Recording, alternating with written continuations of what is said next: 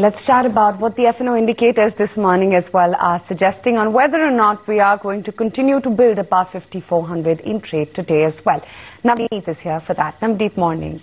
Morning, Aisha. It was a positive closing for our markets yesterday. If you look at the Nifty February futures, they closed at 54.37, which was a good amount of premium, 25 points compared to the spot. But it looked like more of a stock-specific day than index-specific, because if you look at the stock futures, they added about 6.5 crore shares, that is for all the series. And if you look at the Nifty February futures, they just added about 5.8 lakhs, where the open interest just went up by about 2%. And looking at the Nifty PCR, that rose to 1.45 compared to 1.41, and aggressive put writing was seen in some of the strikes like 5,300 and 5,400. If you look at 5,300, that added about 10.3 lakhs, and 5,400 just adding about 10.9 lakh shares in open interest. And among the call side, the positions were being covered, because if you look at 5,300, 5,400 and 55, all these strikes, there was open interest shedding, so people were booking profits in these strikes. And looking at some of the active stock futures in yesterday's trade,